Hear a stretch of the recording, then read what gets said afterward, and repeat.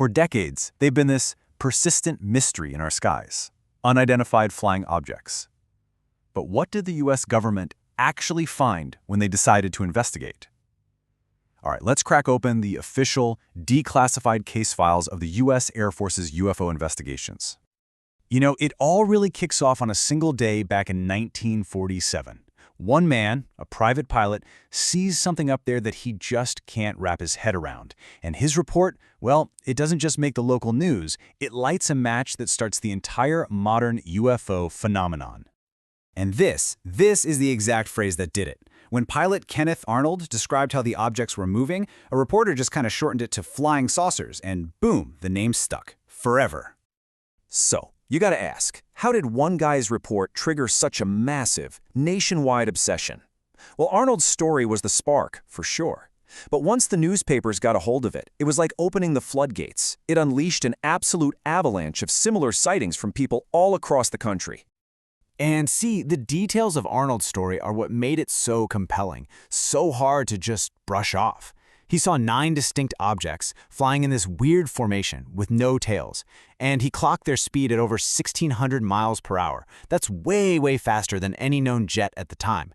This wasn't just some vague light in the sky. It was a specific, totally baffling observation. So what was the official conclusion from the Air Force investigators? A stellar mirage. Yep.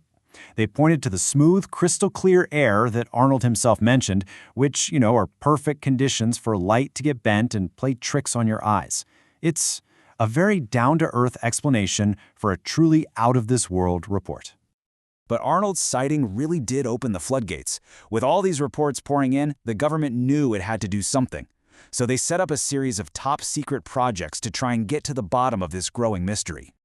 And you can really see how the official response, well, it hardened over time. It all started in 1947 with Project Sign, which was actually pretty open-minded about the whole thing. But then, by 1949, Project Grudge came along with a much more skeptical take, basically saying it was all misinterpretations or mass hysteria.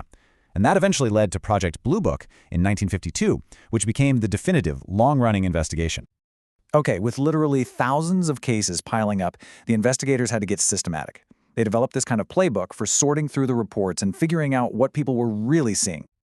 So let's run through a typical case. Someone calls in a report they saw a silent silver oval just hanging out in the sky, totally still, before it just vanished, right around sunset. Sounds pretty strange, right? Well, this is a perfect example of their method. The cause, more often than not, was an upper air balloon. These things are huge, they look silver in the sun, they seem to hover because they're so high up, and they vanish when they drift into the Earth's shadow. It's a perfect match. Case closed. All right, how about this one? A report comes in about a fiery blue light that disappears in the blink of an eye, like it just accelerated to impossible speeds and shot off into space. Now that can't be a normal aircraft, can it? Turns out, it all comes down to perspective. Investigators realized this was often just a jet with its afterburner kicked on. From the side, it looks like a short blue flame, but the moment the pilot cuts the power, that light just switches off instantly. It creates this perfect, stunning illusion of an object rocketing away at impossible speeds. But here's the thing.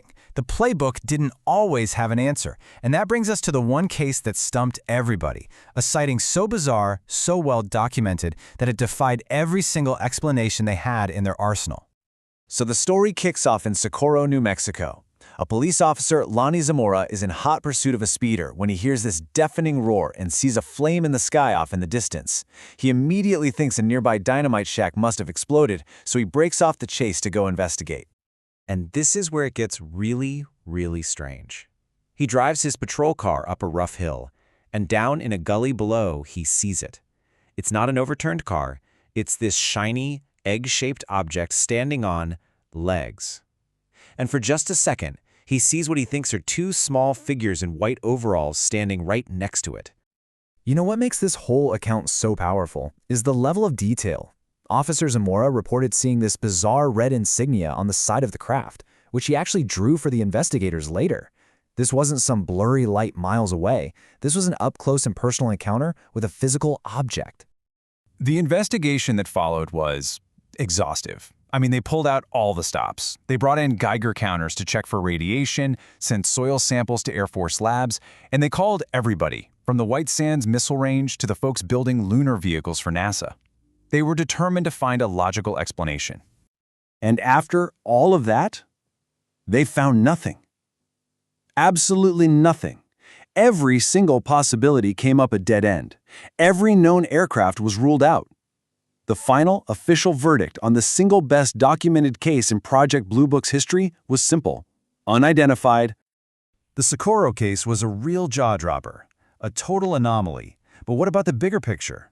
Let's zoom out now and look at the final conclusions from all those years of the Air Force's work. So, just to give you a sense of the sheer scale of this phenomenon, take a look at a single, pretty average year. In 1964 alone, Project Blue Book looked into 562 separate UFO reports. And here's the breakdown of what they found. The overwhelming majority, 543 of those cases, were eventually identified as normal stuff. Aircraft, satellites, weather balloons, you name it. But that still left 19 cases just from that one year that, like the Socorro incident, remained completely and stubbornly unexplained. So, what was the final word? After digging through all the data, the Air Force's big definitive study, Special Report Number 14, came to this conclusion. Basically, they said it was highly improbable that any of these reports were showing us technology beyond our own science. And so the whole official investigation didn't really end with a bang, but more with this quiet acknowledgement. The vast majority of sightings, yeah, they were explainable, but a small, stubborn handful were not. And it leaves us with this one last thought. After all the analysis, all the debunking, what does it really mean when the playbook fails and the mystery just remains?